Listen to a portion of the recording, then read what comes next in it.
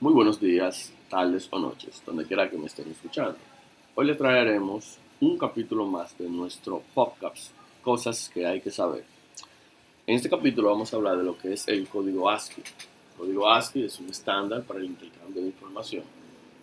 Fue creado en 1963 por el Comité Estadounidense ASA. Este organismo cambió su nombre en 1969 por el Instituto Estadounidense de Estándares Nacionales, o ANSIS, como se conoce desde entonces.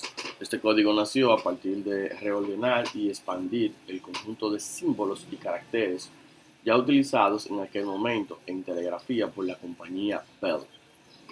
En un primer momento solo incluía letras mayúsculas y números, pero en 1967 se agregaron las letras minúsculas y algunos caracteres de control, formando así lo que se conoce como US ASCII, es decir, los caracteres de 0 al 127. Así, con este conjunto de solo 128 caracteres fue publicado en 1967 como un estándar, conteniendo todo lo necesario para escribir en el idioma inglés.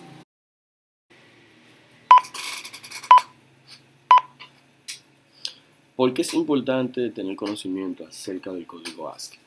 Bien, nosotros como usuarios desconocemos que las computadoras fueron diseñadas prácticamente por los estadounidenses y por lo consecuente los estadounidenses lo que hablan es inglés.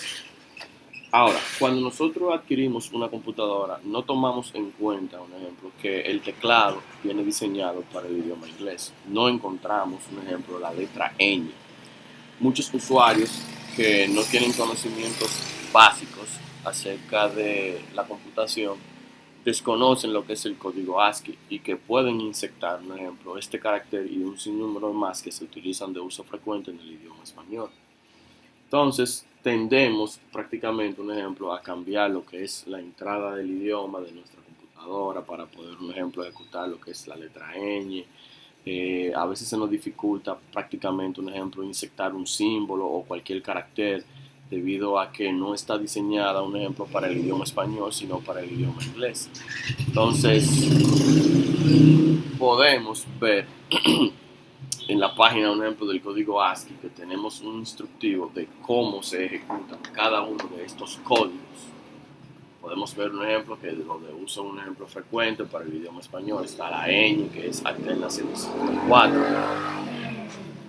Podemos ver un ejemplo alterna 165 para la ñ mayúscula, el famoso arroba, que es bastante utilizado para las personas que viven navegando en internet, que es alterna 64, y otro que se utiliza mucho en el idioma español, que es el símbolo de interrogación abierto, que es alterna 168. Como todos sabemos, para el idioma inglés no se utiliza un símbolo de interrogación abierto, sino solo el cerrado. Entonces, es importante que conozcamos acerca de lo que es el código. Bien, ¿cómo se ejecuta el código ASCII? Lo primero que tenemos que tomar en cuenta es que para poder ejecutar el código ASCII debemos de tener un teclado al 100%. Mayormente las computadoras de escritorio vienen con un teclado o la utilizamos con un teclado diseñado al 100%. Para las laptops, no todas estas poseen la función de habilitar un teclado 100%. ¿Cuáles son las teclas que podemos utilizar? Bueno, presionando la tecla alterna más el código asignado en el código ASCII, por ejemplo, un ejemplo 64, alterna más 64, se inserta lo que es el arroba. Dejamos presionada la tecla alterna y pulsamos los números uno por uno. Ejemplo, alterna más el 6, luego el 4.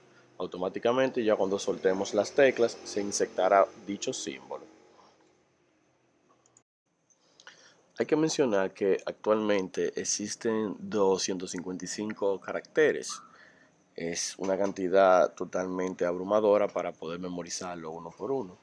Entonces yo les invito que visiten la página del código ascii.com.ar para que vean los más interesantes. Ustedes, por ejemplo, traten de memorizarlo.